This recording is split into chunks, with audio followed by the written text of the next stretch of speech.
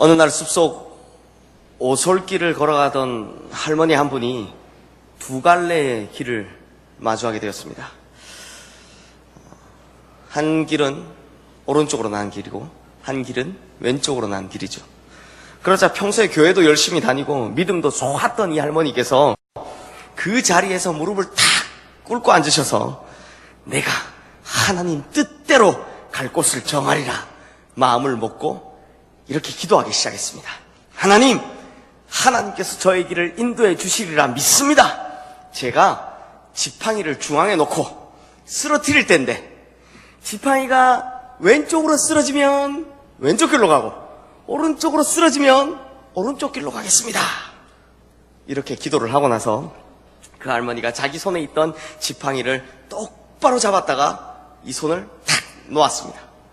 그러자 지팡이가 오른쪽으로 픽 하고 쓰러지는 것이 아니겠습니까? 그러면 어디로 가야 합니까? 네, 오른쪽으로 가야죠.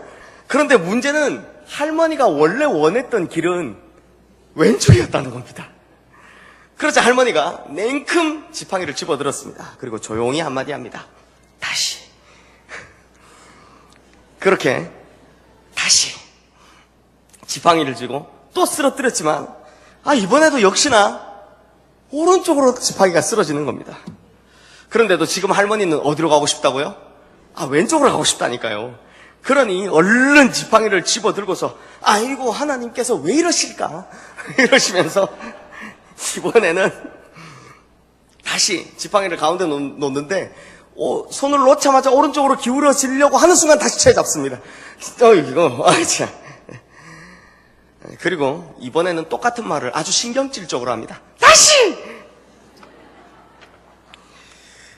이 할머니는 몇 번이고 그렇게 했고 결국에는 지팡이가 한 번은 왼쪽으로 탁 쓰러지자마자 그제서야 이런 고백을 합니다. 역시 하나님께서 나를 왼쪽 길로 인도해 주시는구나. 그리고는 유유히 왼쪽 길로 가더라 합니다. 성도님들, 이 이야기가 우리로 참 어이없는 실소를 만들어내죠. 그렇죠? 그런데 문제는 우리가 다 지금까지 이렇게 살아왔다라는 것입니다. 내 뜻을 하나님 뜻이라 그렇게 믿으며 그렇게 포장하며 우리가 그렇게 살아왔더라라는 것입니다. 성도님들, 성경에 보면 테바라는 단어가 있습니다. 테바. 그런데 이 테바라는 단어가 순수 히브리어가 아니라 외국어에서 유래한 단어이기 때문에 이 말의 뜻이 정확한 뜻이 무엇인지를 알 수가 없었습니다.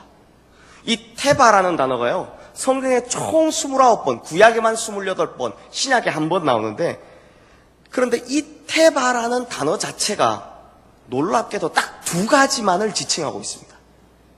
두 가지만을 지칭하고 있습니다. 테바가 지칭하고 있는 이 두 가지, 이것이 무엇이냐? 먼저 창세기 6장 14절에서 15절 말씀을 보겠습니다. 너는 고페르나무로 너를 위하여 방주를 만들되 그 안에 칸들을 막고 역청을 그 안팎에 칠하라.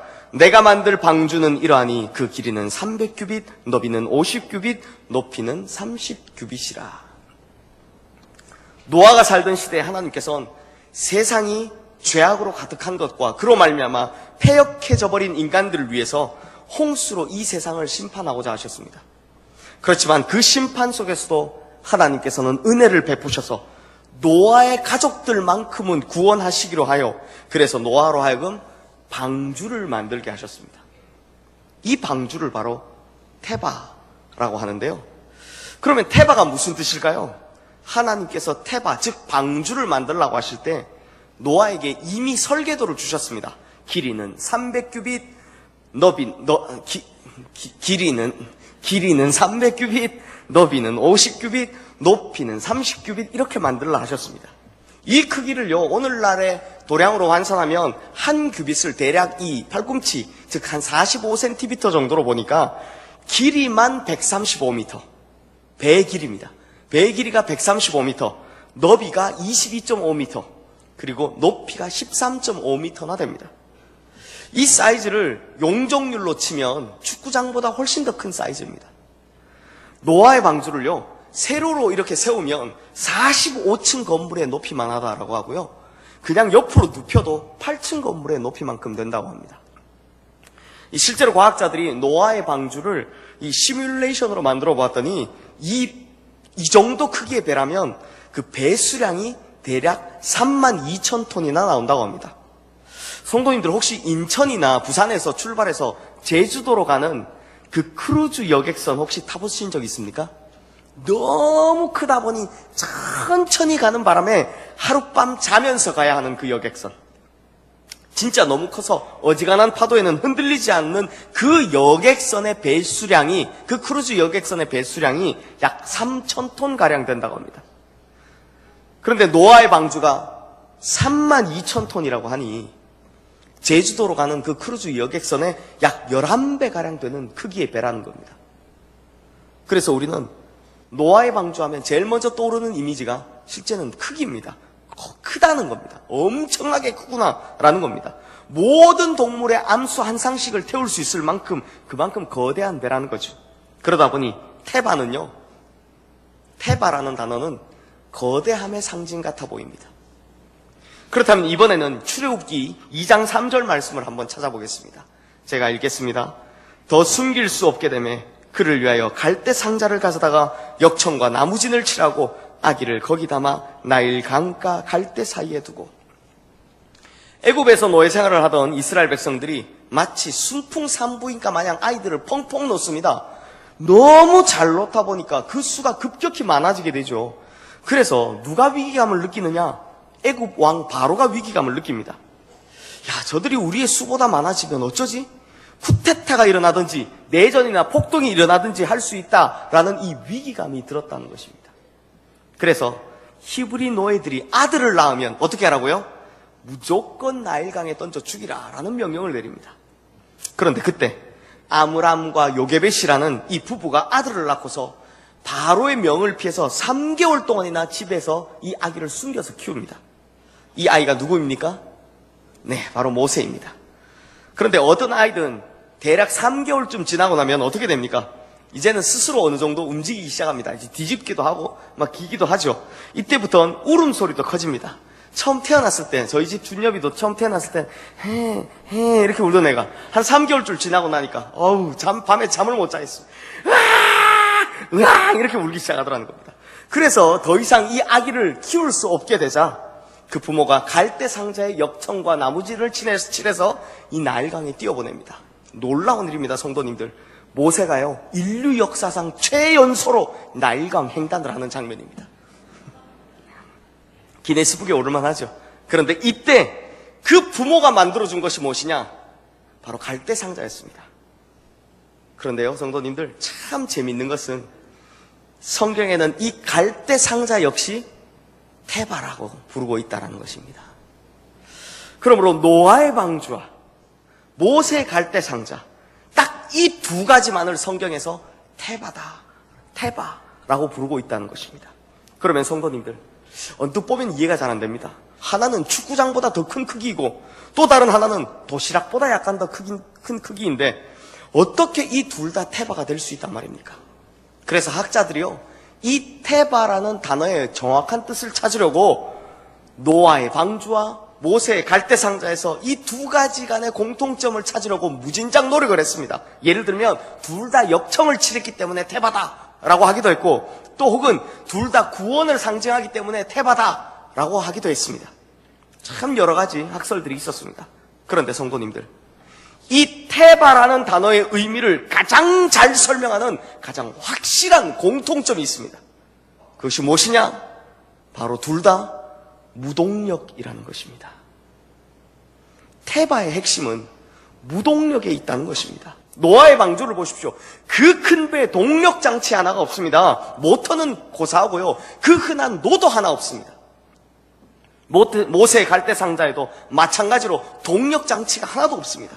그러므로 테바의 핵심은 이끌려 가는 대로 가는 것, 이끄시는 대로 가는 것, 바로 이것이 테바의 핵심이다라는 것입니다. 노아의 방주도 모세의 갈대 상자도 둘 다 다시 없습니다.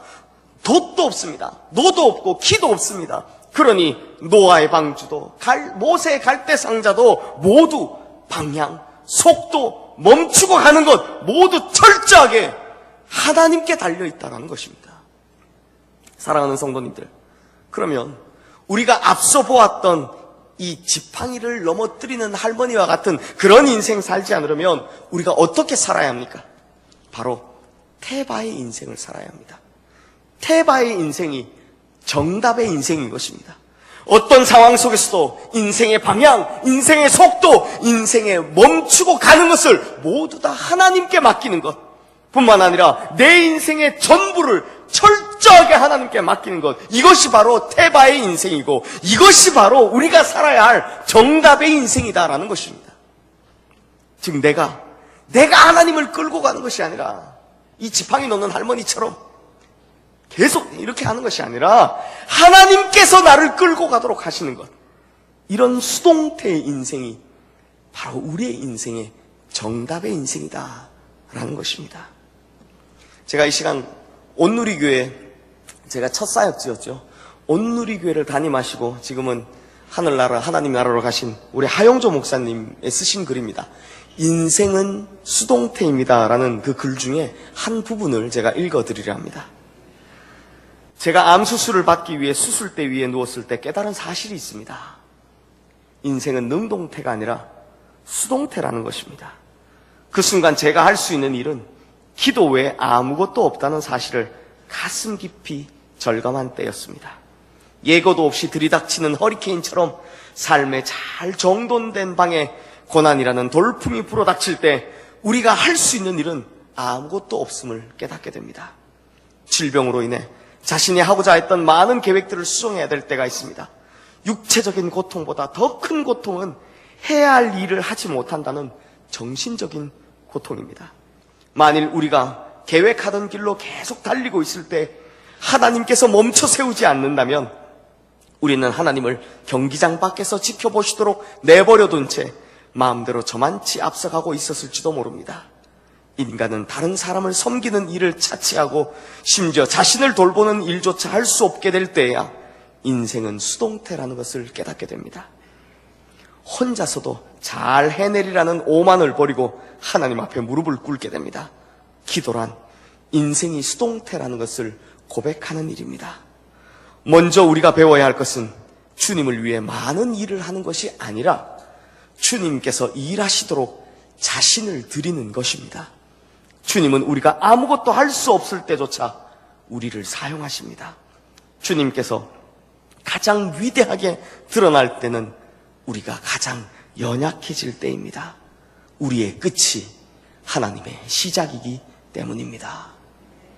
사랑하는 성도님들, 유한하기만 한 우리의 인생이 의미가 있어지려면 언제나 영원하신 하나님의 주권 아래 살아야 하는 것입니다.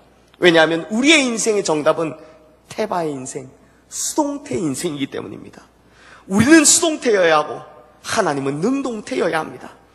우리는 하나님의 목적이어야 하고 하나님은 우리의 인생의 주인공이 되셔야 합니다. 우리의 끝은 하나님의 시작이기 때문입니다. 우리의 약함은 하나님의 능력이기 때문입니다. 우리가 하나님께 의지함은 우리를 향한 하나님의 가장 강력한 의지를 드러내시는 것이 되기 때문입니다. 성도님들, 삼국지 아시죠? 삼국지에 보면 이런 이야기가 나옵니다. 제갈공명이요, 이 사마의를 제거하기 위해서 내가 죄를 제거하지 않으면 앞으로 큰일 나겠다 라고 생각을 해서 계략을 짜서 사마의 군대를요 계곡까지 몰아넣는 데 성공합니다. 이제 미리 설치해둔 폭탄을 터뜨리기만 하면 되는데 갑자기 하늘에서 폭우가 쏟아져서 모든 계획이 다 허사로 돌아갑니다. 그때 제갈공명이 이런 말을 합니다. 모사제인 성사제천. 모사, 즉 일을 꾸미는 것은 사람에게 달려 있어도 성사, 즉 일을 이루는 것은 하늘에 달려 있다라는 것입니다. 즉 일을 꾸미는 것은 사람이나 그것이 이루어지는 것은 오직 하늘에 달려 있다라는 것입니다. 앉아서 천리를 본다고 하고 또 바람의 방향도 바꾸고 누구보다도 미래를 잘 예측하던 그 제갈공명조차도 이런 고백을 할 수밖에 없다라는 것입니다. 그렇습니다. 일을 계획하고 열심히 노력하는 것은 사람의 몫이지만 그 일을 이루시고 성사시켜 나가시는 것은 오직 하나님의 몫인 것입니다. 이와 마찬가지인 이야기가 성경에도 똑같이 나옵니다. 어디냐? 바로 오늘 본문인 잠언 16장 9절 말씀입니다. 우리 함께 읽겠습니다. 사람이 마음으로 자기의 길을 계획할지라도 그의 걸음을 인도하시는 이는 여호와시니라. 아멘. 이 말씀을 공동번역 성경으로 읽으면 더 실감납니다. 사람은 속으로 제 할 일을 계획해도 그것을 하나하나 이루시는 분은 야훼시다. 오늘 본문이 포함되어 있는 이 잠언 16장 1절부터 9절 말씀에는 모든 것이 하나님께 달려있다는 것을 너무나 강력하게 외치고 있습니다. 그래서 1절 말씀에 보면 마음의 경영은 사람에게 있어도 말의 응답은 여호와께로부터 나오느니라 라고 합니다. 또 3절 말씀에는 너의 행사를 여호와께 맡기라. 그리하면 내가 경영하는 것을 이루어지리라 라고 말씀합니다. 이처럼 구구절절 우리의 인생의 결과는 모두 누구에게요? 하나님께 달려있다 라고 강조하고 있는 것입니다. 심지어 이 1절부터 9절까지 이 8절 딱 한마디만 제외하고요, 모든 구절마다 이 말씀에 보면 여호와라는 이름이 나옵니다. 왜 그렇겠습니까? 이 세상에서 가장 지혜롭다는 이가 쓴 이 잠언에도 하나님께서는 우리의 인생을 주관하시는 분이시다. 하나님께서는 내 인생의 모든 결과를 결정하시는 분이시다. 그렇게 살아보니 이런 강력한 하나님의 주권을 고백할 수밖에 없더라라는 것입니다. 그러므로 이 세상 모든 만물과 인간을 창조하신 하나님께서는 창조 후에 그것들을 가만히 내버려 두고 계신 것이 아니라 자신의 모든 피조물들을 하나님의 의지대로 이끌어가고 계시고, 또 이 세상 모든 사람들의 인생을 하나님의 주도적으로 이끌어가고 계시다라는 것입니다. 지금도 우리 성도님들에게도 그러하시다라는 것입니다. 성도님들, 돛담배가 어떤 힘으로 앞으로 나갑니까? 연은 어떤 힘에 의해서 하늘로 올라갑니까? 바로 바람의 힘입니다. 바람이 불지 않으면 움직일 수 없습니다. 바람의 힘에 의해서 돛담배는 신속하게 앞으로 전진하고, 바람의 힘에 의해서 연은 힘차게 창공을 향해 올라가는 것입니다.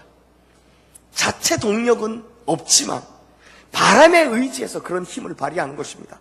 바람에 의해서 돌아가는 풍차도 마찬가지입니다. 바람의 힘에 의해서 자기 스스로는 뭔가를 할 수 없지만 바람의 힘에 의해서 엄청난 에너지를 끄집어내더라는 것입니다.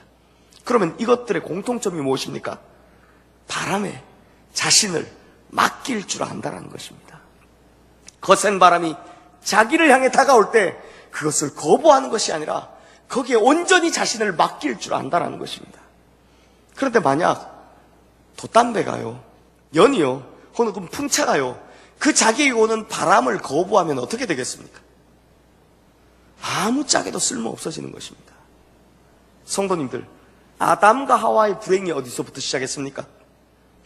자기 스스로 능동태의 자리에 앉으려고 하는 데서부터 시작했습니다. 선악을 알게 하는 나무의 열매를 먹으면 누구처럼 될 거라 생각했습니까? 자기도 하나님처럼 눈이 밝아져 하나님처럼 될 수 있을 거다. 나도 내 인생의 주인공 능동태가 될 수 있을 거다라고 생각했습니다. 그러나 선악과를 먹은 그 결과가 무엇입니까? 내가 주인공이 되기는커녕 사단에게 끌려다니고 죄의 지배를 받는 비참한 인생이 되어버렸다는 것입니다. 그러면 이제 이 사실을 깨달은 우리가 어떻게 살아야 합니까? 돛담배나 연이나 또 풍차가 바람에 자신을 맡기면 그것이 가장 쓸모있는 것이 되는 것처럼 우리의 인생도 태바의 인생, 무동력의 인생이며 우리의 인생이 하나님께 사로잡힌 수동태의 인생이라는 것을, 그 원리를 깨달아서 우리의 걸음걸음을 하나님께 인도하여 달라고 의탁하면 우리는 가장 쓸모있고 가장 완벽하고 가장 올바른 곳에 서게 되는 그런 아름답고 위대한 인생을 살 수 있게 될 것이라 믿습니다. 사랑하는 성도님들, 성경에서 이런 태바의 인생을 가장 잘 산 사람이 나오는데요, 제가 보기에는 누구냐? 바로 요셉입니다. 성경에 나온 요셉들이 하는 고백들을 제가 쭉 모아봤습니다. 그 고백들을 보니 온통 하나님은 주어이고요, 자기는 전부 다 목적어입니다. 어떻게 됩니까? 요셉의 고백들을 정리해보니 하나님께서 나에게 꿈을 주셨습니다. 하나님께서 나로 하여금 사람들에게 은혜를 받게 하셨습니다. 하나님께서 나를 형통케 하셨습니다. 하나님께서 나로 하여금 꿈을 해몽하게 하셨습니다. 하나님께서 나로 번성하게 하셨습니다. 하나님께서 나로 지난날의 고생과 아픔을 다 잊게 하셨습니다. 하나님께서 나를 이곳 이집트로 보내셨습니다. 하나님께서 나로 바로의 아비가 되게 하셨습니다. 하나님께서 모든 것을 선으로 바꾸어 주셨습니다. 이와 같이 요셉의 인생은 철저히 하나님을 주어의 자리에 두는 인생이고 자신은 철저히 목적어의 자리에 두는 인생이었기 때문에 완벽하게 하나님의 이끌림을 받을 수 있는 삶이 되었다라는 것입니다.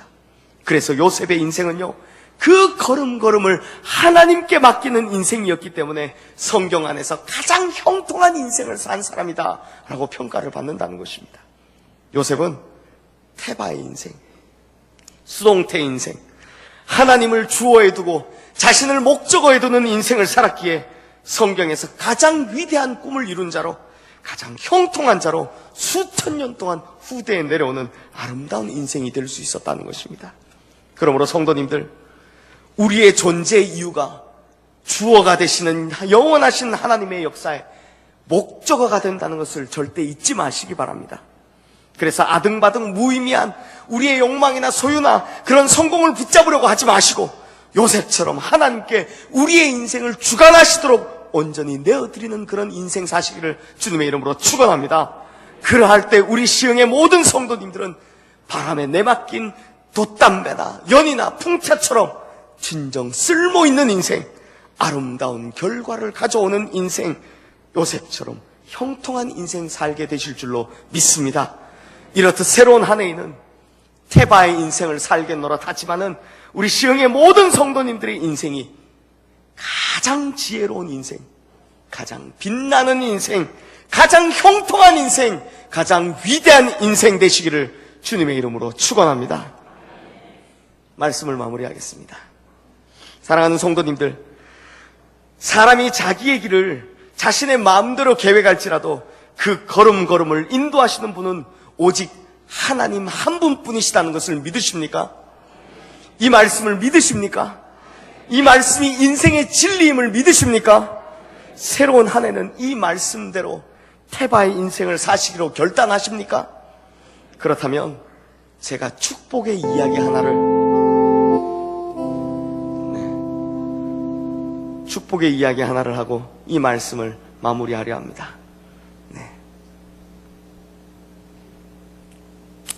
성도님들께서 잘 아시는 성공한 사업가 강철왕이라고 불렸던 사람이 누군지 아십니까? 카네기죠. 이 사람은 앤드류 카네기고요. 이 카네기 말고요, 이 사람과 이름이 똑같은 사람이 있습니다. 혹시 인간관계론이라는 책을 쓴 데일 카네기라는 분을 아십니까? 이분은 처세 철학의 대부라 불립니다. 그래서 성공 습관이나 이 멘토링에 있어서 아주 탁월한 분이신데요. 그런데 이분이 어린 시절에 미국 미주리에 있는 한 가난한 농장에서 자랐다고 합니다. 그런데 이분이 어느 날 어린 시절에 꼬마였을 때 어머니 손을 붙들고 시장을 가게 되었습니다. 근데 시장에 갔더니요, 이 가난한 집안의 아이잖아요. 온통 자기 먹고 싶은 거 천지더라는 겁니다. 그런데 그날, 하필 그날 앵두가 그렇게 먹고 싶은데, 빨갛게 익은 그 맛있게 보이는 앵두를 수북히 쌓아놓은 그 상점 가게 앞을 지나가게 된 겁니다. 어린 카네기가 그 앵두가 먹고 싶어서 그 쌓여있는 앵두 앞을 왔다 갔다 하기도 하고, 결국에는 그 앵두 앞에 서서 앵두만 뚫어지려 쳐다보고 그렇게 있었답니다. 그런데 이 어머니가 이 아들, 자기 아들의 마음은 알겠는데 도저히 사줄 수 없는 가정 형편이라서, 앵두 그 몇 개 사줄 수 없는 가정 형편이라서 참 어쩔 줄 몰라 하고 있었다고 합니다. 그러자 그 모습을 보고 있던 이 상점 주인 아저씨가, 야, 이게 이렇게 묻습니다. 얘야, 너 이거 먹고 싶냐? 그러자 이 어린 카네기가 부끄러운지 말도 못하고 그냥 고개만 끄덕끄덕 합니다. 그러자 이 마음씨 좋은 주인 아저씨가, 그래, 내 손으로 한 움큼 지어가봐라 라고 이야기를 합니다. 그러면 우리 생각에는 어떻습니까? 얼른 달려들어서 한 움큼 질 것 같은데 이 어린 카네기가 가만히 서 있습니다. 그냥 거기 가만히 있는 겁니다. 이 상점 주인 아저씨는 아이가 당연히 가져갔겠거니 하고 다른 일을 보다가 나왔는데, 아니 이 아이가요 거기 계속 그냥 그대로 서 있더라는 겁니다. 그러자 이 상점 주인 아저씨가 또다시 묻습니다. 아, 꼬마야, 먹어도 된다는데 왜 안 먹니? 이거 먹고 싶으냐? 라고 했더니 이 어린 카네기가 또 고개만 끄덕끄덕 하고 있습니다. 그러자 주인 아저씨가 답답한지 자기 손으로 한 움큼 쥐어가지고 이 아이에게, 야 여기 있다, 얼른 가져가거라 하고 주더라는 겁니다. 그러자 집에 오는 길에 이 앵두를요 하나씩 먹는 것도 아니고 입에 막 집어넣어놓고 이렇게 있는 이 아이 모습을 보고, 너무나 맛있게 먹고 있는 이 카네기의 모습을 보고 어머니가 신기해하면서 물어봅니다. 카네기였겠죠? 이름 카네기야. 얘야, 넌 이렇게 앵두를 좋아하면서 좀 전에 주인 아저씨가 한 줌 가져가라 할 때 왜 그냥 거기 가만히 서 있었냐? 라고 물어봤더니 이 아들의 대답이 정말 기똥차입니다. 뭐라고 대답한지 아십니까? 네, 아저씨 손이 내 손보다 크거든요. 아저씨 손이 내 손보다 크거든요. 그렇잖아요. 그 꼬마 손에 앵두 쥐어봐야 몇 개나 쥐겠습니까? 한 두세 개 쥐겠습니까? 그런데 아저씨 손으로 앵두를 덥석 집어다 주니 자기가 쥘 수 있는 것보다 훨씬 더 많이 얻을 수 있었던 거 아니겠습니까? 이 이야기는 아주 유명한 이야기죠. 그런데 성도님들, 제가 이 이야기를 보면서 깨달은 것이 하나 있습니다. 우리 손보다 하나님의 손이 크다는 것입니다.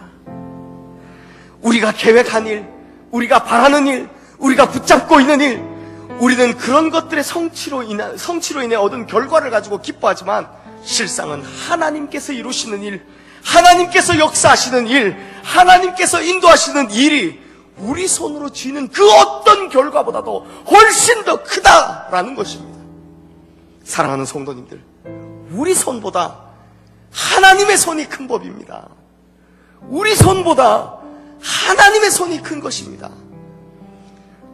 저는 제가 살아오면서 늘 결정의 몫이 주어질 때나 힘들 때 늘 고백하는 것이 있습니다. 제가 사실 우리 교회 담임 목사를 지원해야 할 때나 또 저희 아내의 직장 문제가 있을 때도 한결같이 기도하면서 했던 고백인데요. 그래서 지금은 이 고백이 저희 가정의, 저희 부부의 모토가 되었습니다. 뭐냐면, 하나님께서는 우리를 가장 좋은 길로 인도하신다라는 것입니다. 하나님께서는 지금 눈에 보이는 것이 어떻든 간에 우리를 가장 좋은 길로 인도하고 계시다라는 것입니다. 지금은 비록 어려워 보일지 모르나 하나님께서는 당신을 신뢰하고 있는 사람에게 가장 좋은 결과를 안겨주신다라는 것입니다. 왜냐하면 언제나 우리의 손보다 하나님의 손이 크기 때문입니다. 그러므로 우리 시흥의 모든 성도님들은 이번 새로운 한 해 동안 이거 하나 확실히 믿으시는 성도님들 되시기를 주님의 이름으로 축원합니다. 우리의 손보다 하나님의 손이 큰 것입니다. 우리의 손보다 하나님의 손이 크다고요. 당장 눈앞에 보이는 그 상황에 떨거나 내 생각과 다른 진행 상황에 절대로 두려워하지 마십시오. 이 새로운 한 해에는 하나님, 나의 걸음걸음마다 인도하여 주소서라고 모든 결과를 믿고 맡기시는 믿음의 성도님들 되시기를 주님의 이름으로 축원합니다. 그러면 우리 하나님께서 일하실 것입니다. 우리의 끝은 하나님의 시작이기 때문입니다. 우리의 연약함은 하나님의 강함의 시작이기 때문입니다. 우리의 손보다 언제나 하나님의 손이 크기 때문입니다. 주님께서 일하실 줄 믿습니다. 이렇게 신뢰하며 나가는 우리 모든 성도님들에게 하나님께서는 우리의 손으로 얻는 그 어떤 것보다 훨씬 더 큰 것으로, 훨씬 더 많은 것으로 우리에게 덥석 안겨주시리라 믿습니다. 태바의 인생을 살아가겠다, 수동태의 인생을 살아가겠다, 목적의 인생을 살아가겠다 다짐하는 우리 모든 성도님들, 하나님의 그 크신 손을 기대하는 2019년 한 해 되기를 주님의 이름으로 축원합니다. 우리 이 시간 함께 찬양하며 우리 이번 사경의 주제가 있죠. 우리 함께 내년 우리 봉헌송이기도 한데요. 우리 함께 이 찬양하며 기도의 자리로 나가도록 하겠습니다.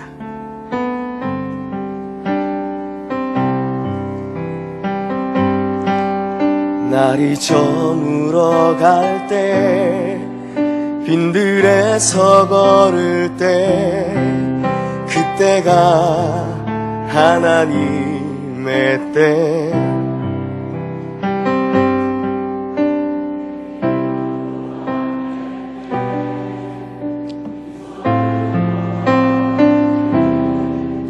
내가 고백해 여호와, 날이 저물어 갈 때, 날이 저물어 갈 때, 빈들에서 걸을 때, 그때가 하나님의 때. 내 힘으로 안 될 때, 빈손으로 걸을 때, 내가 고백해 여호와, 이래 주가 일하시네, 주가 일하시네, 주가 일하시네. 주께 아끼지 않는 자에게 주가 일하시네, 주가 일하시네. 신뢰하며 걷는 자에게. 우리 모인 이곳에, 우리 모인 이곳에 주님 함께 계시네. 누리네 아버지 은혜. 적은 떡과 물고기 내 모든 걸 드릴 때, 모두 고백해 여호와, 이래 주가 일하시네, 주가 일하시네, 주가 일하시네. 주께 아끼지 않는 자에게 주가 일하시네, 주가 일하시네. 신뢰하며 걷는 자에 주가 일하시네, 주가 일하시네, 주가 일하시네. 주께 아끼지 않는 자에게 주가 일하시네, 주가 일하시네. 신뢰하며 걷는 자에게. 사랑하는 성도님들, 이 새해 첫 예배 우리 이렇게 함께 기도하며 나가기를 소망합니다. 이제 하나님을 믿겠습니다. 하나님을 신뢰하겠습니다. 나는 목적어이고 주님이 주어인 인생을 살겠습니다. 나는 수동태이고 주님이 능동태인 인생을 살겠습니다. 그러므로 내 인생의 주인 되신 하나님께서 그 크신 손으로 우리의 생각보다 더 큰 엄청난 축복을 허락하여 달라고 우리 이 시간 주여 3번 부르고 함께 기도하며 나가겠습니다. 주여, 주여, 주여. 하나님 아버지, 우리의 손보다 하나님의 손이 크심을 믿습니다. 하나님, 우리가 정말 아무것도 안 들고 내 힘으로 안 될 때 오직 하나님을 의지하고 신뢰함을 고백합니다. 하나님, 이전에 살아왔던 그 인생이 아니라 하나님, 이제 내 손보다 주님의 손이 큼을 믿고 내 인생을 이제 태바의 인생, 수동태 인생, 무동력의 인생으로 살아가려 합니다. 하나님, 이제 하나님을 신뢰하는 믿음 더욱더 크게 해주시고 하나님께서 날 위해 일하시는 그 놀라운 역사를 이제 보게 하여 주시옵소서. 주님을 신뢰하며 걷는 자에게 주님께서 안겨주시는 그 엄청난 축복들 우리가 보게 하여 주시옵소서. 하나님의 손이 더욱 큼을 믿습니다. 내 생각보다 하나님의 생각이 더 큼을 믿습니다. 하나님, 내가 계획보다 하나님의 계획이 더 위대하심을 믿습니다. 그러므로 우리도 요셉처럼, 하나님, 우리도 요셉처럼 하나님께서 다 이루셨다라는 주님 형통의 인생, 위대한 인생, 하나님 아버지, 정말 주님께서 이루시는 아름다운 인생 살아가게 하여 주시옵소서. 그런 하나님을 믿습니다.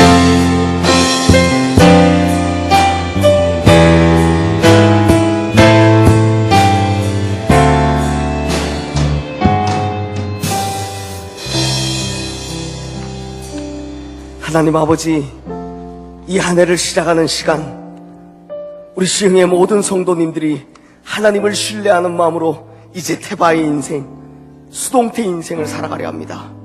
주님을 주인에 둔 그 인생을 살아가려 합니다.